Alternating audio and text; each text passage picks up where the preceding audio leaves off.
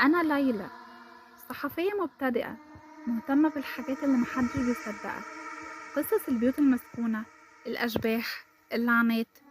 وفي يوم جالي ظرف غريب في البريد، مفيهوش مرسل بس جواه ورقة قديمة جدا، مفتاح صغير ومعاه سطر مكتوب بخط الإيد: اللي ماتوا في الشقة 313 مستنيين اللي يفتح الباب. افتكرت إنها لعبة، بس الفضول خلاني أدور. الشقة دي موجودة في عمارة قديمة وسط القاهرة، مقفولة من 25 سنة. وأول ما وصلت حارس العمارة بصلي وقالي: هو انتي جاية علشان الشقة؟ نصيحة، لو لقيتي الباب فتح معاكي اقفليه فورا. ضحكت وطلعت.